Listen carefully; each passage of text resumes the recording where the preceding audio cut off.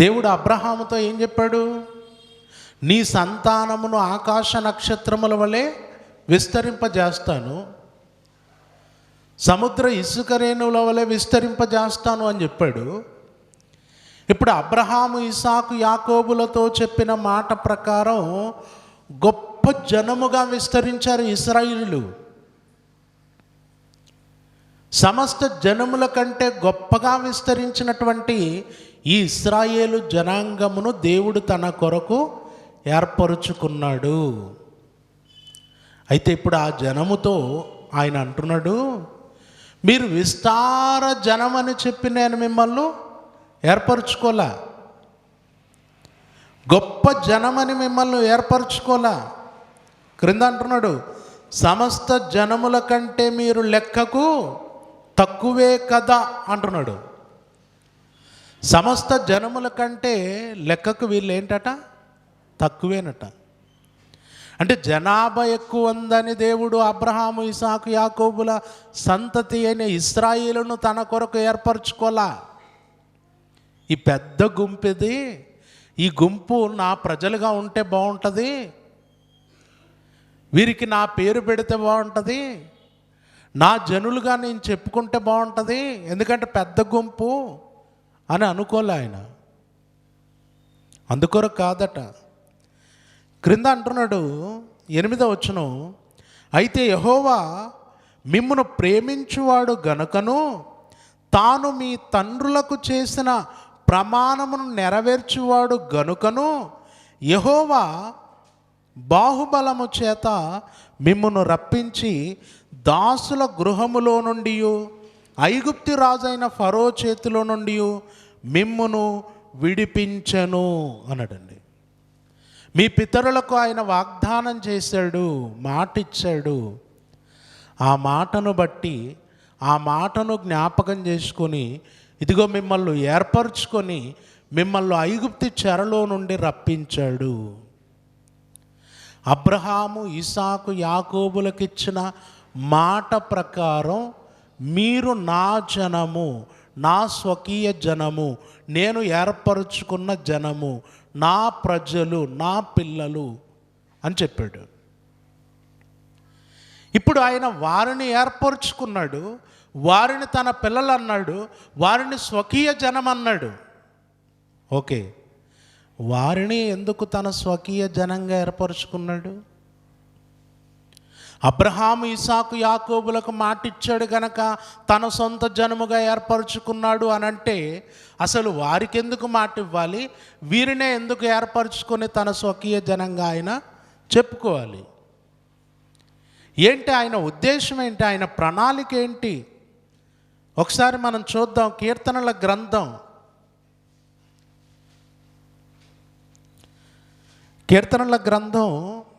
67వ అధ్యాయము 1వ వచనం నుండి చూద్దాం. కీర్తనల గ్రంథం 67వ అధ్యాయము 1వ వచనం, భూమి మీద నీ మార్గము తెలియబడునట్లు అన్నాడండి. భూమి మీద ఏం తెలియబడాలట? నీ మార్గము అనగా దేవుని మార్గము. తర్వాత క్రింద అంటున్నాడు, అన్యజనులందరిలో నీ రక్షణ తెలియబడునట్లు అన్నాడండి.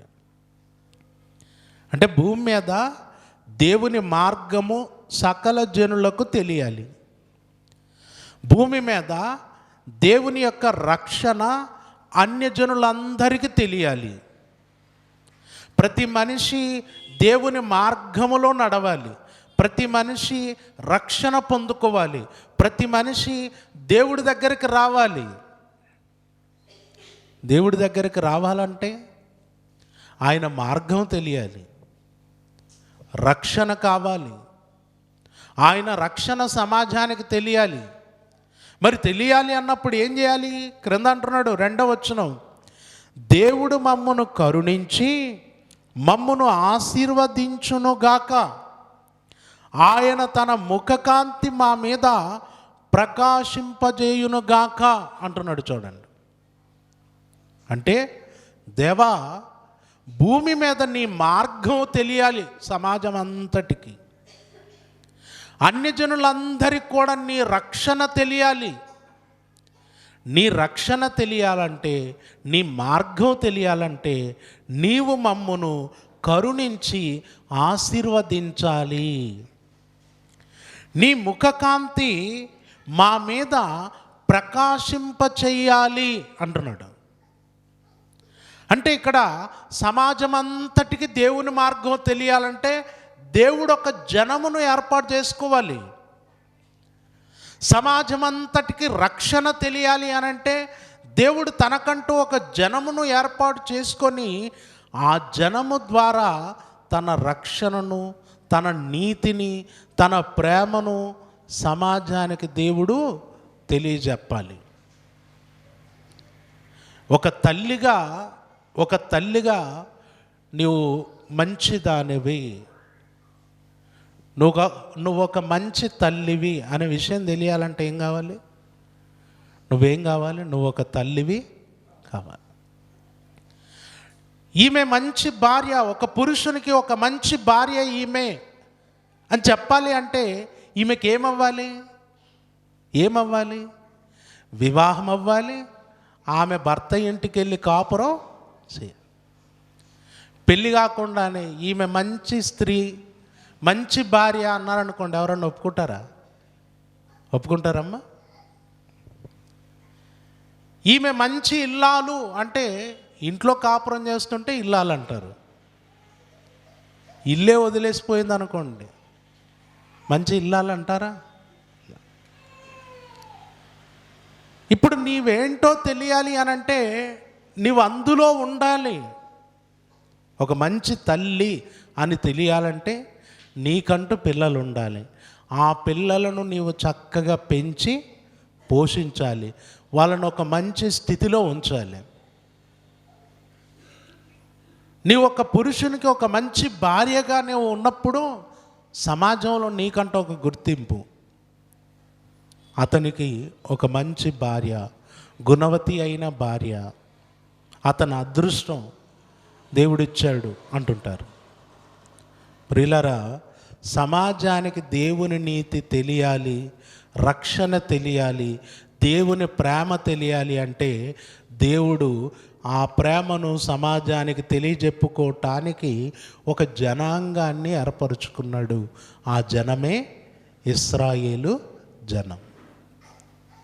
వారిని ఏర్పరుచుకొని వారిని ఆశీర్వదించాడు, వారిని వర్ధిల్ల చేశాడు, వారిని తనకు మహిమకరంగా నిలబెట్టుకున్నాడు. వారిని ఆశీర్వదించే కొలది, వారిని వర్ధిల్ల చేసే కొలది లోకానికి, సమాజానికి ఏం తెలిసింది? దేవుని గొప్పతనం, దేవుని మార్గం, దేవుని నీతి తెలిసింది. అందుకే దేవుడు తన నీతిని తెలియజెప్పుకోవటానికే, తన మార్గం ఏంటో సమాజానికి చూపించటానికే దేవుడు ఏం చేశాడంటే ఇశ్రాయేలును అన్యజనుల్లో కలవకుండా చూశాడు, వేరుపరిచాడు. ఎప్పుడు వాళ్ళతో కలవకూడదు, వాళ్ళతో వివాహ సంబంధాలు ఏర్పరచుకోకూడదు, వాళ్ళు తినే తిండి వీళ్ళు తినకూడదు. తిండిలో ప్రత్యేకం, బట్టల్లో ప్రత్యేకం, ప్రవర్తనలో ప్రత్యేకత ఏమండి? ఎందుకంటే ఇప్పుడు ఆయన ప్రజలు అన్నది తెలియాలి అన్నప్పుడు, ఆయన ప్రజలు అని తెలియాలన్నప్పుడు ఖచ్చితంగా ఆయన నియమించినటువంటి నియమ నిబంధనలు వారు పాటించాలి. ఆ నియమ నిబంధనలు ఉండాలి. వాటిని పాటించినప్పుడు వీరు దేవుని ప్రజలు, వీరు దేవుని పిల్లలు అని తెలుస్తుంది. ఏమండి? ఎక్కడున్న మనందరికి కూడా ఒక్కొక్కరికి ఒక్కొక్క రూపం, ఒక్కొక్కరికి ఒక్కొక్క పేరు అనేది ఉంటేనే కదా నువ్వేరు నేను వేరు అనే సంగతి తెలిసేది. అవునా కదా?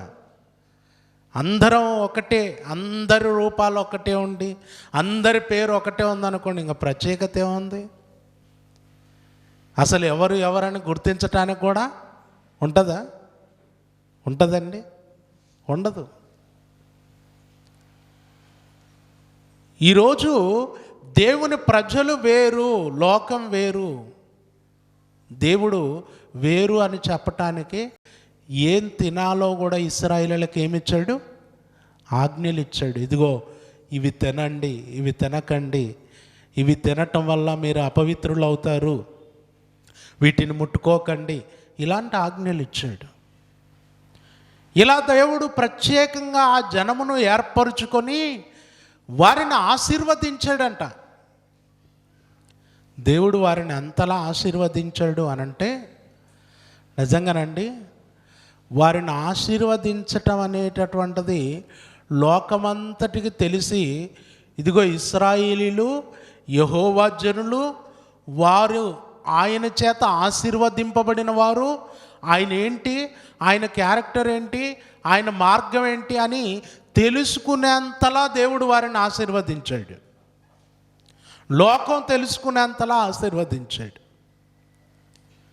మీరు చూడండి, ఇశ్రాయేలీయులు ప్రయాణంలో ఉన్నారు. ఐగుప్తును విడిచి కనాను దేశానికి ప్రయాణంలో ఉన్నారు. అప్పటికే కనాను దేశంలో ఎవరున్నారు? కనాను సంతతి 7 జాతుల వారు ఉన్నారు. ఇప్పుడు వారందరిని కూడా వెళ్ళగొట్టి ఏం చేయాలి? ఆ భూభాగాన్ని వీళ్ళు స్వతంత్రించుకోవాలి. వారిని వెళ్ళగొట్టి ఆ భూభాగాన్ని స్వతంత్రించుకోవాలి. వీరు ప్రయాణం చేస్తూ చేస్తూ యెరికోకు దగ్గరగా దిగారు. దిగిన తర్వాత యెహోషువ ఏం చేశాడంటే, ఒక 2 వేగుల వారిని పంపాడు. ఆ యెరికో పట్టణం ఎలా ఉందో మీరు వెళ్ళి చూసి రండి, చూసి వచ్చిన తర్వాత నాకు చెప్పండి, మనం ఆ దేశం మీదకి వెళ్ళటానికి ఎలాగో ప్లాన్ చేసుకుందాం అని చెప్పాడు. వేగుల వారు వెళ్ళారు. వెళ్ళిన తర్వాత లోపలికి వెళ్ళి ఆ ప్రాంతం అంతా చూశారు. ఆ యెరికో రాజుకు తెలిసింది, ఒక 2 వేగుల వారు మన దేశంలోనికి, మన ప్రాంతంలోనికి వచ్చారు అని. వెంటనే వారిని పట్టుకోవటానికి ప్రయత్నం చేశారు. చేస్తే ఆ 2 ఎక్కడికి వెళ్ళిపోయారట? ఎక్కడికి వెళ్ళిపోయారు? రాహాబు అనే వేశ్య దగ్గరికి వెళ్ళిపోయారు. ఆమె ఏం చేసింది? వారిని దాచిపెట్టింది. దాచిపెట్టి వచ్చిన సైనికులతో చెప్పింది, ఇదిగో మీరు త్వరగా తరుముతూ వెళితే వారిని పట్టణపు గవిని దగ్గర పట్టుకుంటారు, మీరు వెళ్ళండి అని చెప్పింది. వారు నా దగ్గరికి వచ్చిన మాట నిజమే, కానీ వారు వెళ్ళిపోయారు. మీరు పరిగెత్తారనుకోండి, తరుముతూ వెళ్ళారనుకోండి, వాళ్ళని పట్టుకుంటారు, వెళ్ళండి అని చెప్పింది. వెంటనే రాజు పంపిన సైనికులు ఈ వేగుల వారిని వెతుకుతూ వెళ్ళిపోయారు. తర్వాత ఆమె వారిని మిద్ద మీద దాచిపెట్టింది. ఈమె వెళ్ళి వారితో మాట్లాడుతూ ఉంది. వారితో మాట్లాడుతూ ఆమె ఏమంటుందో ఒకసారి చూడండి. యెహోషువ గ్రంథం 2వ అధ్యాయము 8వ వచనం. ఆ వేగుల వారు పండుకొనక మునుపు ఆమె వారున్న మిద్దె మీదికి ఎక్కి వారితో ఇట్లనెను, యెహోవా ఈ దేశమును మీకిచ్చుచున్నాడనియు, మీ వలన మాకు భయము పుట్టుననియు, మీ భయము వలన ఈ దేశ నివాసులందరికీ ధైర్యము చెడుననియు నేనెరుగుదును అంటుంది. చూడండి, నేనెరుగుదును, ఇదిగో దేవుడు ఈ దేశమును మీకు ఇస్తాడు, మీ భయం ఈ దేశ జనులకు కలుగుతుంది, నేనెరుగుదును. అంటే దేవుడేంటో, ఆయన ఏం చేయగలడో, ఇశ్రాయేలులకు ఎలా ఆ భూభాగమును వారి స్వాధీనం చేయగలడో ఈమెకు అర్థమైపోయింది. ఎలా అర్థమైంది అంటే, అంతకు మునుపు ఐగుప్తు చెర నుండి వారిని ఎంత అద్భుతంగా విడిపించాడో అందరూ చెప్పుకుంటున్నారు, అందరికీ తెలిసిపోయింది. కనుక ఇప్పుడు వచ్చి రాహాబను వేగుల వారితో చెప్తుంది, ఇదిగో ఈ దేశాన్ని దేవుడు మీకు ఇస్తాడు అని చెప్తాను, మీ వలన ఈ దేశ జనులకు భయం పుడుతుంది, ఈ దేశాన్ని మీరు స్వాధీనపరుచుకుంటారు అని చెప్తాం. అంటే దేవుని యొక్క శక్తి సామర్థ్యాలు తెలియటానికి దేవుడు ఇశ్రాయేలును ఏర్పరచుకుంటే, ఇశ్రాయేలు ద్వారా ఇతరులకు ఏం తెలుస్తుంది? దేవుడు అంటే ఏంటో తెలుస్తుంది, యెహోవా అంటే ఏంటో తెలుస్తుంది. లేకపోతే ఆయన మార్గము తెలీదు, ఆయన నీతి తెలీదు, ఆయన ప్రేమ తెలీదు. ఇప్పుడు దేవుడు ప్రేమామయుడు ఎలా తెలిసింది నీకు? బైబిల్లో తాను ఏర్పరచుకున్న జనమును ఆయన ప్రేమించాడు. ప్రేమించి వారికి కావలసినవన్నీ ఇచ్చాడు.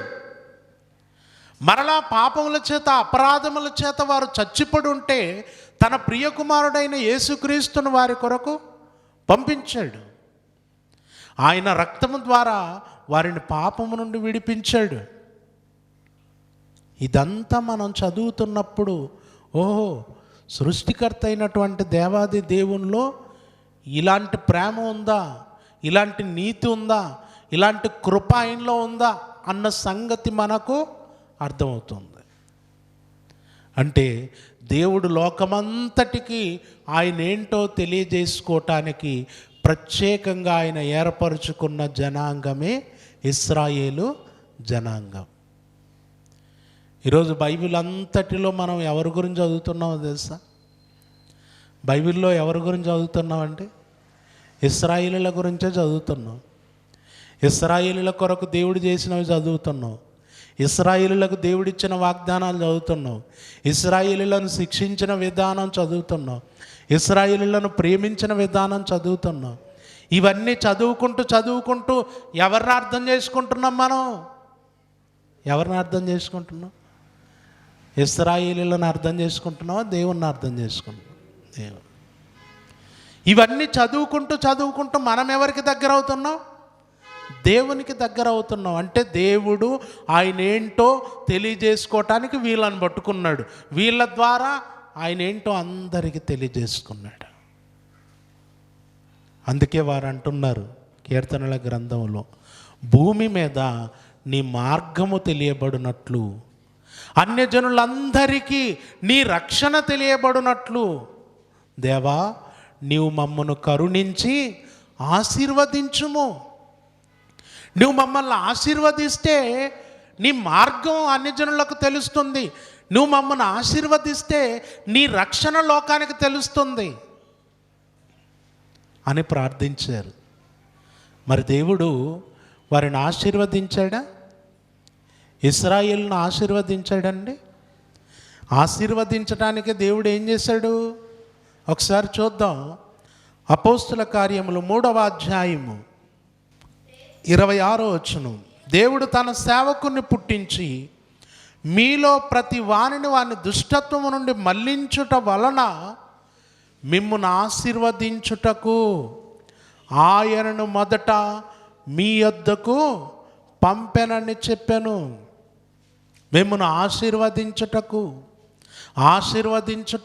ఆయనను మీ యొద్దకు పంపాడు. అంటే యేసుక్రీస్తు వచ్చాడు. ఎందుకు వచ్చాడు? మీ దగ్గరికి ఎందుకు వచ్చాడు? మిమ్మల్ని ఆశీర్వదించటానికి వచ్చాడు. అంతేనా? ఆశీర్వదించటానికి వచ్చాడు.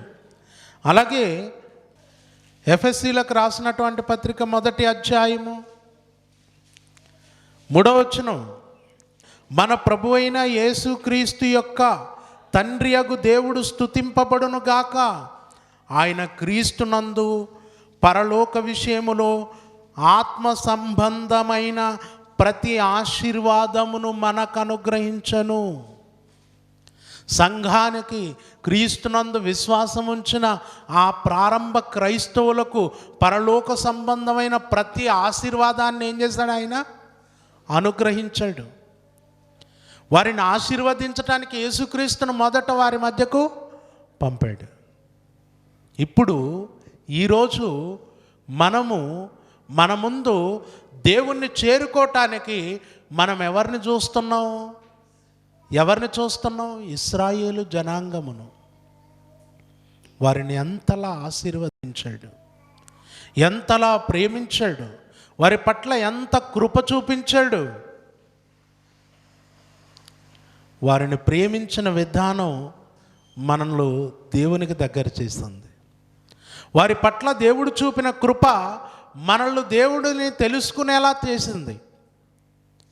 వారిని దేవుడు ఆశీర్వదిస్తే వారి ద్వారా దేవుని రక్షణ, దేవుని నీతి మనకు తెలుస్తుంది.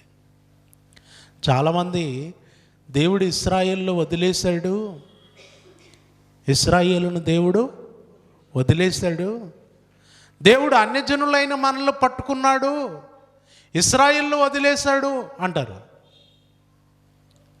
నేను అంటాను, దేవుడు అబ్రహాము, ఇస్సాకు, యాకోబులకు ఇచ్చిన మాట ప్రకారము నేటికి ఎప్పటికీ ఇశ్రాయేలును ఆయన విడిచిపెట్టలేదు, విడిచిపెట్టడు కూడా. అసలు విడిచిపెట్టడానికి అవకాశం లేకుండా చేశాడు. ఈరోజు రాజ్యం అంటే ఎవరు? సంఘం అంటే ఎవరు? దేవాలయం అంటే ఎవరు? ఎవరండి? పరలోక పట్టణం అంటే ఎవరు? క్రొత్త ఆకాశం, క్రొత్త భూమి అంటే ఎవరు?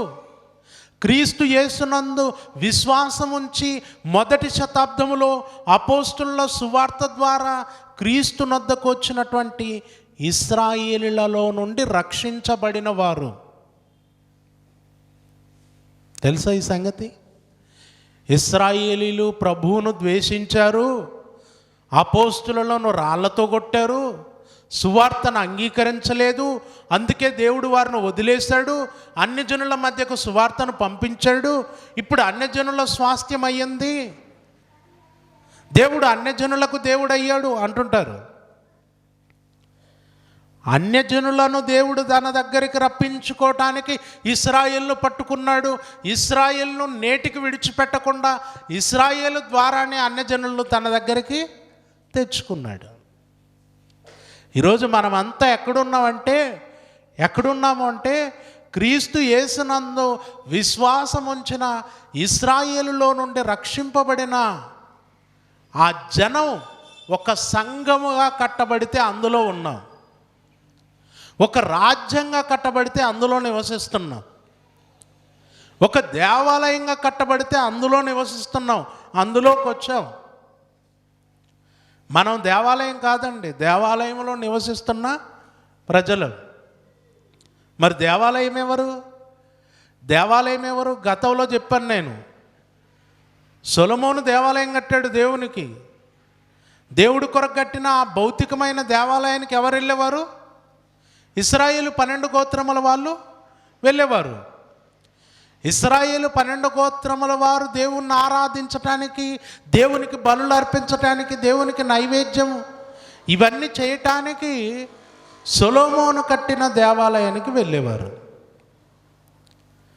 సొలొమోను కంటే గొప్పవాడైన యేసుక్రీస్తు ఆ దేవాలయానికి వచ్చే 12 గోత్రముల వారిని ఆత్మ సంబంధమైన దేవాలయంగా కట్టాడు.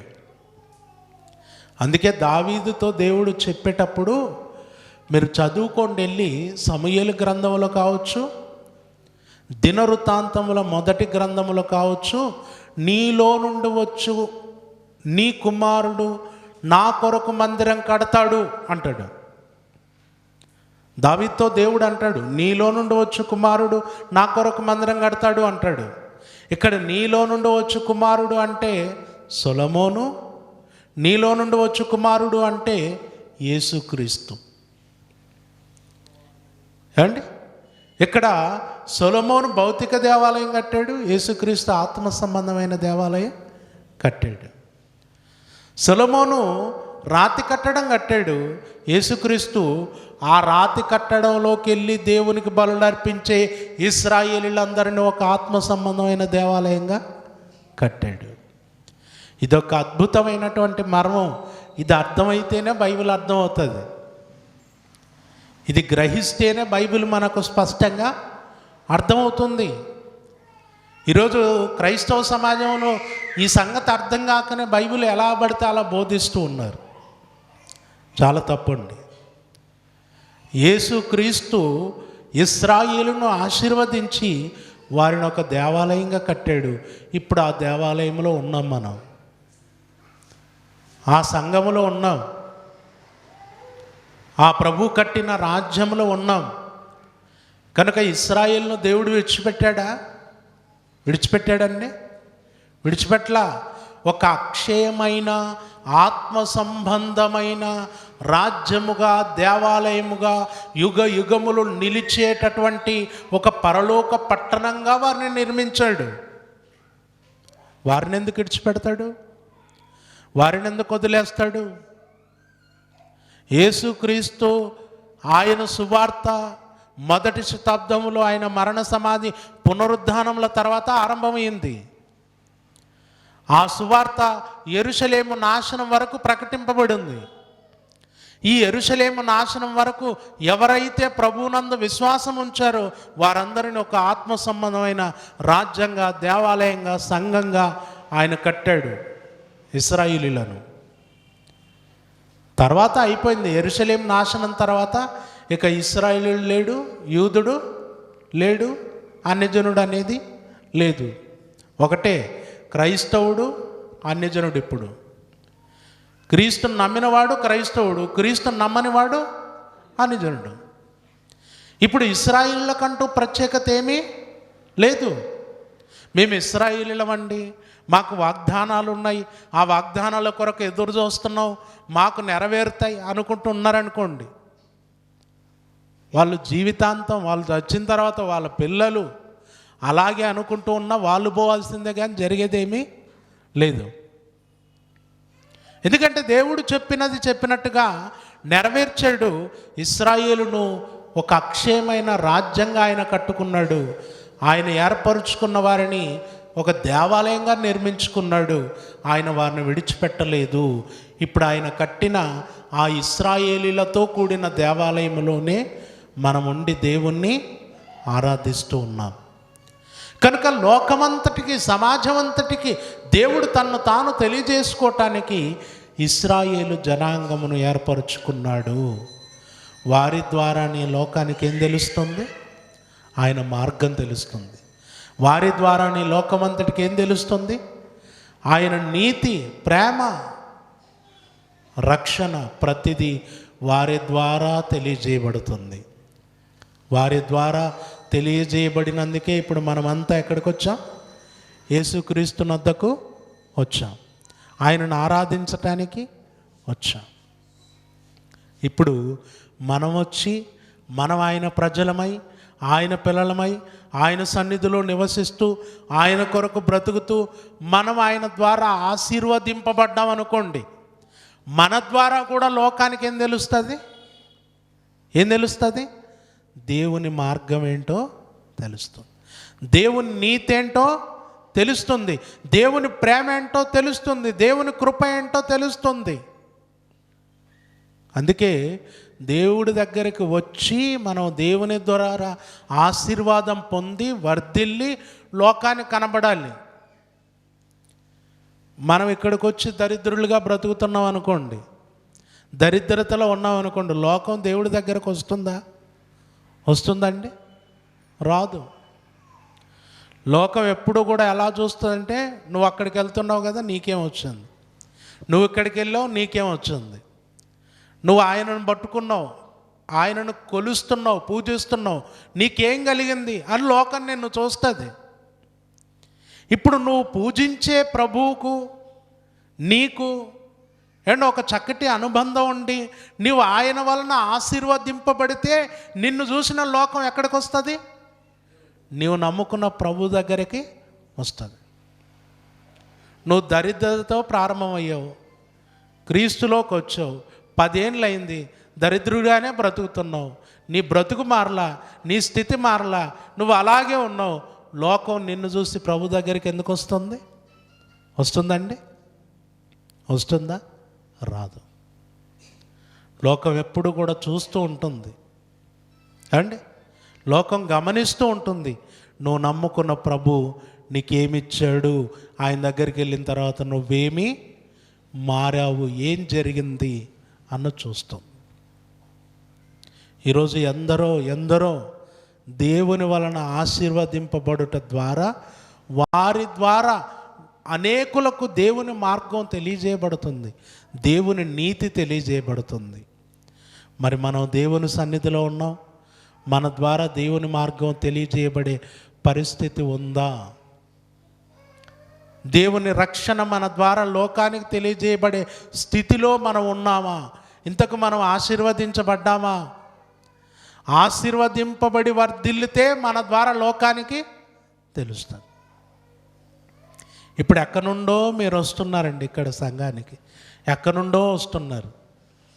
ఇప్పుడు ఇక్కడికి వచ్చి వాక్యం నేర్చుకున్నారు, పాటలు నేర్చుకున్నారు, చక్కగా పాడగలరు, చక్కగా మాట్లాడగలరు, చక్కగా నడిపించగలరు, దేవుని కార్యక్రమం ఏదైనా చక్కగా చేయగలరు అన్నప్పుడు మిమ్మల్ని చూసి ఇతరులు ఏమవుతారు?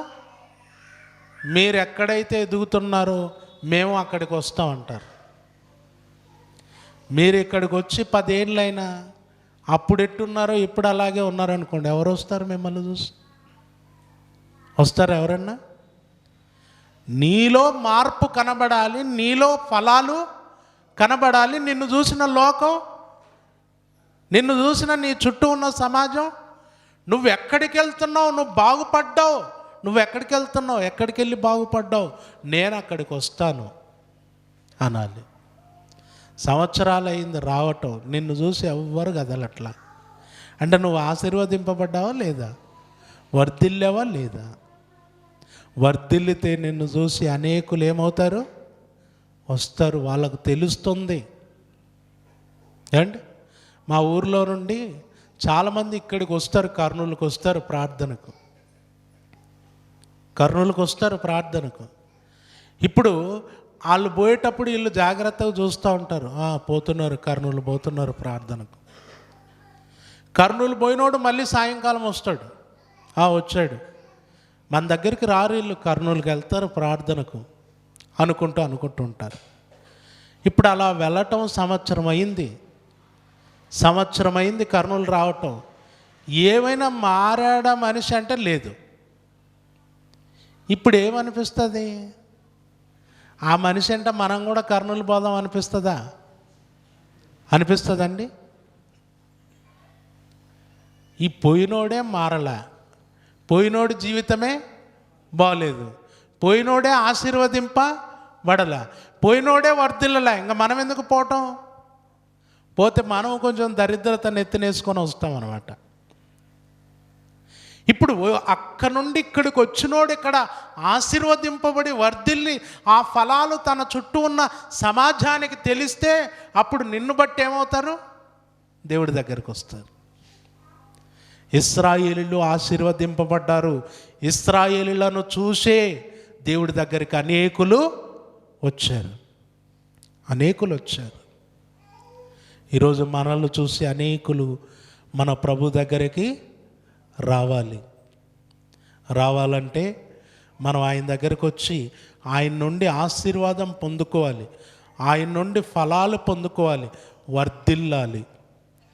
మనం వర్ధిల్లినప్పుడు మన చుట్టూ ఉన్న సమాజానికండి నిజంగా చెప్పాలంటే మనం వర్ధిల్లుతూ పోతే అసలు మనం చెప్పాల్సిన అవసరం కూడా లేదు. మా చర్చికి రండి, మా దగ్గరికి రండి, మాతో సహవాసం చేయటానికి రండి అని మనం పిలవాల్సిన అవసరం కూడా లేదు. మనం వర్ధిల్లితే చాలు. అవునా కదా? మనం వర్ధిల్లితే సమాజం ఏమవుతుంది? మన వెంట వస్తుందా రాదా? వస్తుంది. మీరు ఎప్పుడు మంచి బట్టలు కట్టుకున్నారనుకోండి, చూస్తారు. ఒకరోజు మిమ్మల్ని అడుగుతారు, ఎక్కడ తెచ్చుకున్నావు చీర అంటారు. అడుగుతారా అడగరా? ఎక్కడ తెచ్చుకున్నారు ఈ బట్టలు అని అడుగుతారు. అప్పుడు మనం షాప్ పేరు చెప్తాం. ఇప్పుడు నెక్స్ట్ మళ్ళీ వీళ్ళు ఎక్కడ వెళ్తారనమాట? ఆ షాప్కి వెళ్తారా వెళ్ళారా? అది. ఇప్పుడు నువ్వు ఎప్పుడు మాసిపోయిన బట్టలతో తిరిగావు అనుకోండి, నిన్ను ఎవరు అడగరు. అడుగుతారా? ఏ షాపులో తెచ్చుకున్నావు ఈ బట్టలు అంటారా? ఇది మన షాపే. మన షాప్ అంటే ఇంట్లో షాప్ అనమాట. ఇంట్లో మనకు ఉంటుంది కదా ఆ షాప్కి ఎవరన్నా వస్తారా? అసలు కూడా అడగరు నిన్ను ఎక్కడ తెచ్చుకున్నావు అని. నీ బట్టలు బాగుంటే అప్పుడు అడుగుతారు, నీ బ్రతుకు బాగుంటే అడుగుతారు, నువ్వు ఎక్కడికి వెళ్తున్నావు, ఇలా మారావంటే నువ్వు ఎక్కడికి వెళ్తున్నావు అని అడుగుతారు. అప్పుడు నిన్ను బట్టి నువ్వెక్కడైతే ఆశీర్వదించబడ్డావో, నువ్వెక్కడైతే స్థిరపడ్డావో, ఎక్కడైతే నువ్వు వర్ధిల్లావో అక్కడికి వస్తారు. అందుకే దేవుడు ఇశ్రాయేలును ఎన్నుకున్నాడు, వాళ్ళ ద్వారా అన్నీ చూపించుకున్నాడు, లోకమంతటికి తెలియజేసుకున్నాడు. ఇప్పుడు మనల్ని పట్టుకున్నాడు ఆయన, పట్టుకోలేదా? మనం ఆయన ప్రజలమా కదా, మనం ఆయన పిల్లలమా కదా? ఆయన పిల్లలమే. ఇప్పుడు మన ద్వారా లోకానికి ఏం తెలియాలి? మన ద్వారా దేవుని మార్గం తెలియాలి, దేవుని నీతి తెలియాలి. మన ద్వారా తెలియకపోతే మనం ఇంకా దరిద్రతలో ఉన్నట్టే, దేవుని చేత ఆశీర్వదింపబడనట్టే.